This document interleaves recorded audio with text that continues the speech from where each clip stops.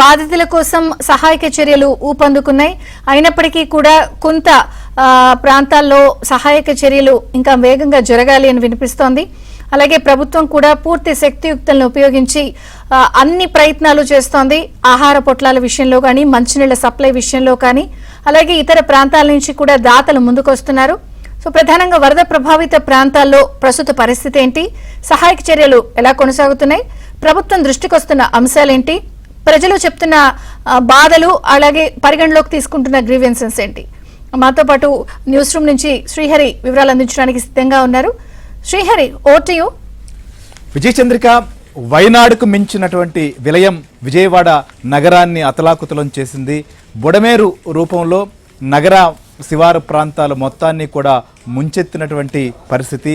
కృష్ణానదికి గతంలో ఎన్నడూ లేని విధంగా 11 లక్షలకు పైగా క్యూసెక్కుల వరద వచ్చింది. కానీ కృష్ణా జలాల కంటే కూడా బుడమేరు రూపంలోనే ఎక్కువ విజయవాడ నగరానికి నష్టం కలిగిందని చెప్పచ్చు. ఇప్పటి వరకు కూడా మోకాళ్ళ లోతు నీటిలో ఇంకా అనేక కాలనీలు ఉన్నటువంటి పరిస్థితి. దాదాపు 10 నుంచి 15 వార్డులు మొత్తం కూడా ఈ వరద జలాలు చుట్టుముట్టాయి. దాదాపు 6-7 అడుగుల ఎత్తు నుంచి కూడా ప్రస్తుతం 3 అడుగుల వరకు కూడా చేరిన పరిస్థితి ఉన్నప్పటికీ ఇంకా అనేక ప్రాంతాలలో జల దిగ్బంధంలోనే ఉన్నాయి. సో ప్రధానంగా ప్రభుత్వం పెద్ద ఎత్తున సహాయక చర్యలు చేస్తున్నప్పటికీ దాతలు ముందుకు వస్తున్నా ఇంకా సహాయక చర్యల కోసం, ఇంకా ఆదుకునే వారి కోసం ఆశగా ఎదురు చూస్తున్నటువంటి పరిస్థితులు కూడా చాలా కాలనీలో ఉన్నాయి, చాలా మందిలో ఉన్నాయి. అందుకోసమనే కొంతమంది ప్రస్తుతం చాలా చోట్లకి, అంటే ఏదైతే మిగిలినటువంటి ప్రాంతాలు తమ బంధువులు, స్నేహితులు ఇలాంటి ప్రాంతాలకు కూడా వెళ్ళేటువంటి పరిస్థితి వస్తుంది. ఎందుకంటే ఒకవైపు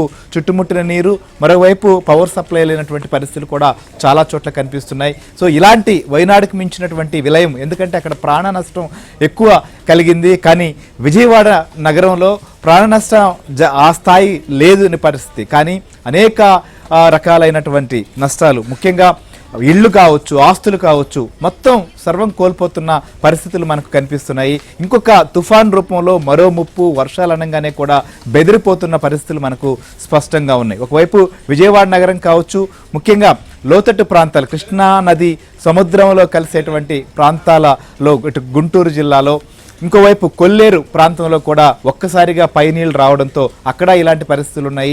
గోదావరి జిల్లాల్లో కూడా ప్రస్తుతం తీవ్రంగా వర్షం పడుతున్న నేపథ్యంలో అక్కడ ఆందోళన కలిగిస్తున్నటువంటి పరిస్థితి. యాక్చువల్గా ఇప్పుడు జరుగుతున్నటువంటి చర్యలు, ప్రస్తుతం ఉన్నటువంటి వాతావరణ పరిస్థితి కావచ్చు, ఇంకా ఏం కావాలనే దానిపైన కూడా మనం డిస్కస్ చేద్దాం. మనతో పాటు మా ఏపీ బ్యూరో చీఫ్ రామారావు లైవ్లో సిద్ధంగా ఉన్నారు. అలానే విజయవాడ నుంచి కూడా ఏదైతే లోతట్టు ప్రాంతాలు, జలమయమైనటువంటి ప్రాంతాల నుంచి కూడా పూర్ణ మనకు లైవ్లో సిద్ధంగా ఉన్నారు. ఇంకొక లంక గ్రామాల్లో పరిస్థితిని కూడా మనకు సాంబశివరావు అందించేందుకు సిద్ధంగా ఉన్నటువంటి పరిస్థితి. సో ప్రధానంగా విజయవాడ నగరంలో ఇప్పుడు అందుతున్నటువంటి సహాయక చర్యలతో పాటుగా ఇంకా అక్కడ ప్రజలు ఏం కోరుకుంటున్నారు, వారికి ఏమి అవసరాలు ఉన్నాయి, ఇంకా ఏం కావాలని కోరుకుంటున్నారు అనేది కూడా ప్రస్తుతం చాలా ప్రధానం. ఎందుకంటే దీన్ని బట్టి కూడా ప్రభుత్వం చర్యలు తీసుకునేందుకు కావచ్చు, దాతలు కూడా సహకారం అందించేదానికి అవకాశం ఉంటుంది. రామారావు, అసలు ఏంటి ప్రస్తుతం విజయవాడ నగరం పరిస్థితి?